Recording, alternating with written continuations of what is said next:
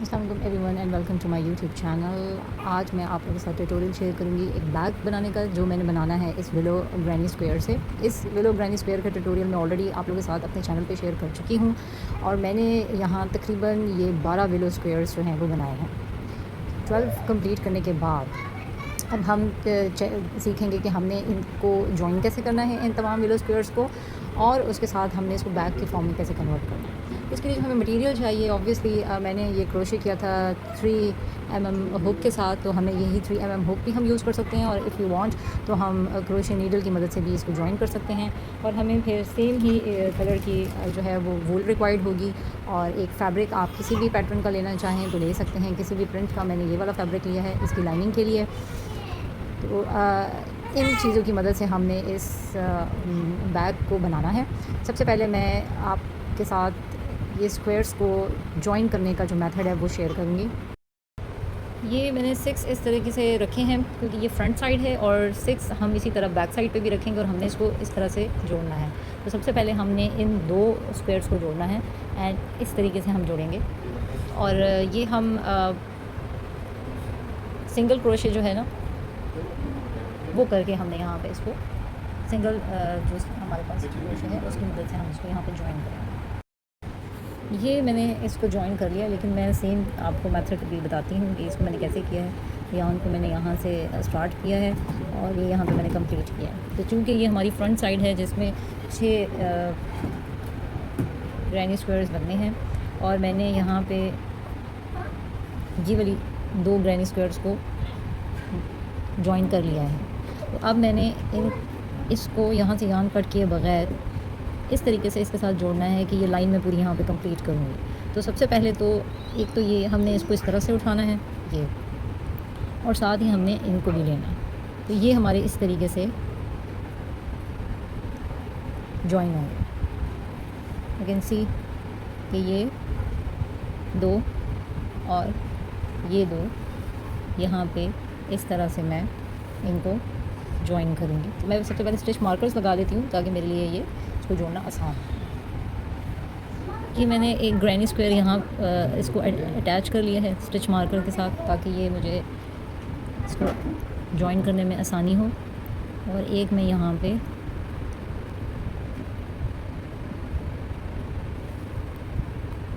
Marker लगा लेती हूँ, stitch marker like this.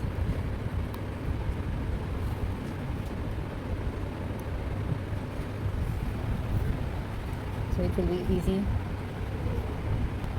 So we are taking the last stitch here like this, और अब हम नेक्स्ट स्टिच इसके साथ यहाँ पे लेंगे इस एज में। ये जो सिंगल क्रोशे की चेन है यहाँ से एक से, और यहाँ हमने दूसरे ग्रैनी स्क्वायर से इंसर्ट किया लाइक दिस।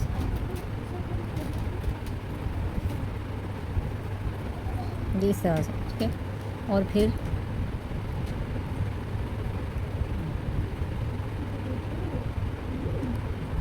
थोड़ा सा ये पोर्शन ट्रिकी है, इस स्टिच को टाइट रखिएगा। ये अब हम नेक्स्ट जो ये वाली चेन है इसमें हुक इंसर्ट करेंगे द बोथ लूप, और साथ ही जो दूसरा ग्रैनी स्क्वायर है उसके साथ ऐसे इंसर्ट करके will make a single crochet like this. और ये हम इस तरीके से थ्रू आउट लेंथ जो है वो स्टिच लेते जाएंगे। ये insert the hook in the both loops of the chain of the both granny square and pull up the wool और yarn, and then yarn over and then pull the yarn again। इस तरीके से जो है ये हमने पूरा through out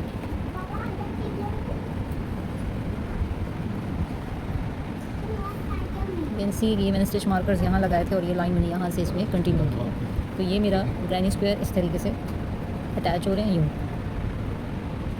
यूँ अटैच करने हैं। फिर ये भी यहाँ से यूँ ही अटैच होंगे और फिर यहाँ से यूँ अटैच होंगे। इसको मैं इस तरीके से अटैच करके दिखाती हूँ। बाकी तो सिंपल है, आपने बस दोनों जो ग्रैनी स्क्वायर्स हैं उनकी एक ग्रैनी स्क्वायर के जो हमारे पास ये सिंगल क्रोशे के स्टिच है उसके दोनों लूप में और दूसरे के दोनों लूप में एडजस्टेंट, और स्टिच को थोड़ा हमने टाइट रखना है ये मैं ज़रा इसको टाइट रख लेती हूँ और फिर ये हमने इस तरह से इंसर्ट करना है हुक को और फिर हमने सिंगल क्रोशे करते चले जाना है। तो ये आपने इस तरीके से इनको जॉइन करना है। आप चाहें तो क्रोशे नीडल की मदद से भी इनको जोड़ सकते हैं, जिस तरह आपको ईजी हो। ये मैं कंप्लीट करके आपको दिखाती हूँ। So you can see that मैंने 6 ग्रैनी स्क्वायर्स जो हैं एक साइड से जोड़ लिए हैं और 6 मैंने दूसरी साइड से जोड़े हैं। इसकी बैक साइड कुछ इस तरह से है और मैंने यहाँ से भी इनको जॉइन कर दिया है, ठीक है। और इसकी जो फ्रंट साइड है वो कुछ इस तरह से। अब जब आप सिंगल क्रोशे करते हैं तो इस टाइप के रिजेस बनते हैं, अगर आपको ये क्लियर हो रहे हो। ये now it's up to you कि आप ये रिज वाला पैटर्न चाहते हैं। If you don't want these ridges, अब मैंने ये यहाँ से भी इसको जॉइन कर लिया और इसको मैं इस तरह से हाफ़ कर लूँगी, ठीक है। और मैं थ्रू आउट इस बैक के कॉर्नर्स पे सिंगल क्रोशे करूँगी। तो ये थ्रू आउट आपने सिंगल क्रोशे कर लेना है ताकि ये जो रफ़ एजेस हैं इसके लाइक दिस, इनको आप कवर कर सकें। और उसके बाद फिर हम जो बैक का हमारा मेन स्टार्टिंग एरिया है, यानी आप कह लेंगे ओपनिंग एरिया है, यहाँ पे हम 3 to 4 लाइंस जो हैं वो सिंगल क्रोशे के करेंगे। यहाँ पे मेरे पास यान ख़त्म हो गई थी तो मैंने इसलिए इसको यहाँ पे विद स्टिच मार्कर जो है इसको क्लोज़ किया है। बट मैं यहाँ पे 3 to 4 टाइम्स या थोड़ा सा इतना पैटर्न जो है सिंगल क्रोशे का करके फिर आप लोगों को दिखाऊँगी दोबारा। सो गाइज़, ये मैंने बैग जो है वो इस साइड से भी स्टिच कर लिया है, ठीक है, और ये साइड से भी स्टिच कर लिया। तो इट्स लाइक दिस, ये आप देख सकते हैं। अब एक जो एज अ बिगनर मैं एक ट्रिक आप सबको बताना चाहती हूँ, क्योंकि जब मैंने ये सारा क्रोशे का स्टार्ट किया था तो मुझे ये वाले पॉइंट्स किसी ने नहीं बताए थे और आपको ख़ुद भी आइडिया नहीं होता कि मैंने ये सर्च करना है और ये चीज़ें मैंने देखनी है। तो आप जब भी ग्रैनी स्क्वायर जिस किस्म का भी बनाएं तो प्लीज़ आप इसको ब्लॉक ज़रूर करें। ब्लॉक आपने कैसे करना है कि आप इस पर थोड़ा सा पानी का स्प्रे करके और इसके ऊपर एक कपड़ा रखें और कपड़ा रखने के बाद आप इसके ऊपर हल्की सी प्रेसिंग करें, ठीक है। और प्रेसिंग करने से ये बिल्कुल इसमें एक नीटनेस आ जाएगी, ठीक।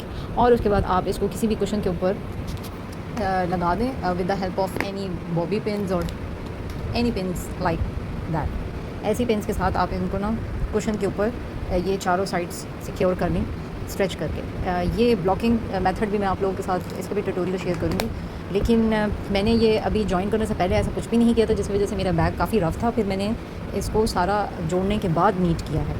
तो बाकी मैंने इस बैग में जो है वो यहाँ पे थ्रू आउट जो है पहले सिंगल क्रोशे किया ताकि सारे एजेस जो हैं वो नीट हो जाएं। और उसके बाद फिर मैंने ये जो बॉर्डर्स थे बैग के जहाँ हमने ज़िप लगानी है वहाँ पे मैंने 4 राउंड्स ऑफ सिंगल क्रोशे किए हैं। ज़िप मैंने इसके लिए ये वाली देखी है, थोड़ी सी लेंथ मुझे शॉर्ट लगी थी।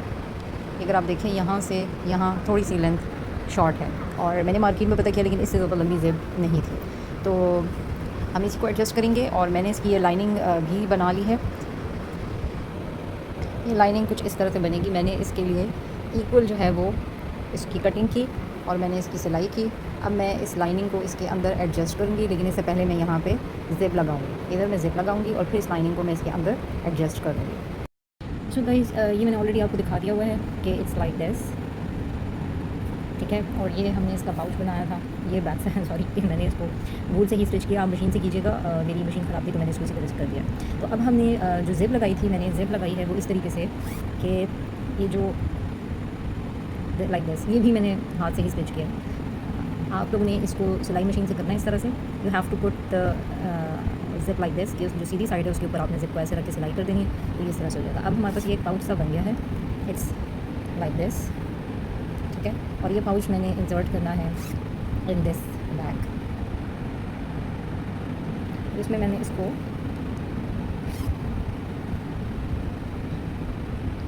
इस तरीके से रखना है। अब ये हमारी जो बैग है इसकी हमने जो इनर लाइनिंग है इसकी सिलाई हमने यहाँ पे करनी है इस तरीके से। तो ये बैग हमारा इस तरह से कंप्लीट हो जाएगा, ठीक हो गया। तो आई होप कि आपको ये सिलाई आती होगी कि इसको किस तरह से करना है, लेकिन हमने कम से कम जो ज़िप सिलाई करनी है वो 1 और 2 क्रोशे डाउन करनी है इस तरह से, ठीक है। ये सिलाई हमने इस तरह से करनी है ताकि ये थोड़ी सी हमने मार्जिन ऊपर रखना है। ज़िप जो है वो नीचे होनी चाहिए और ये थोड़ा सा इसकी लाइनिंग ऊपर होनी चाहिए। तो ये हमने इस तरीके से इसको सिलाई करना है। तो ये मैं थ्रू आउट सिलाई करके फिर आपको दिखाऊँ।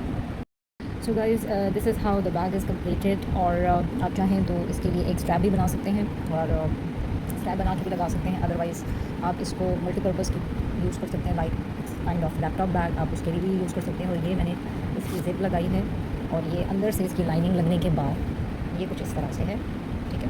ये इसकी लाइनिंग है और यहाँ से ये मैंने ज़िप लगाई है, आप ये देखें, ये इस तरह से इसकी फिनिशिंग आई है। एंड ये मैंने बंद कर दिया। अब ये पता नहीं चल रहा कि ज़िप लगी हुई है या नहीं, देखें ये इस तरह से। अब इसमें आपकी मर्ज़ी है, आप कुछ भी रख सकते हैं। इसको आप क्लच के तौर पे भी यूज़ कर सकते हैं, इसको आप लैपटॉप के लिए भी यूज़ कर सकते हैं, इसमें लैपटॉप डाल के रख सकते हैं। मैं कोशिश करूँगी कि मैं इसके लिए एक स्ट्रैप बनाऊँ एक साइड से, और इसको आप एज अ क्लच यूज़ करें लाइक दिस, ठीक है। आप इसमें जो भी मटेरियल डालें, लाइक मैं ये एक बुक है, ये इसमें डाल रही हूँ, it's somehow like this and you can close it out, और ये आप इसको इस तरह से यूज़ कर सकते हैं। ये आप देखें,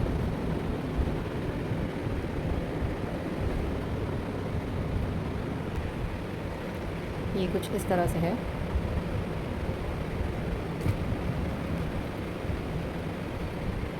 यू कैन सी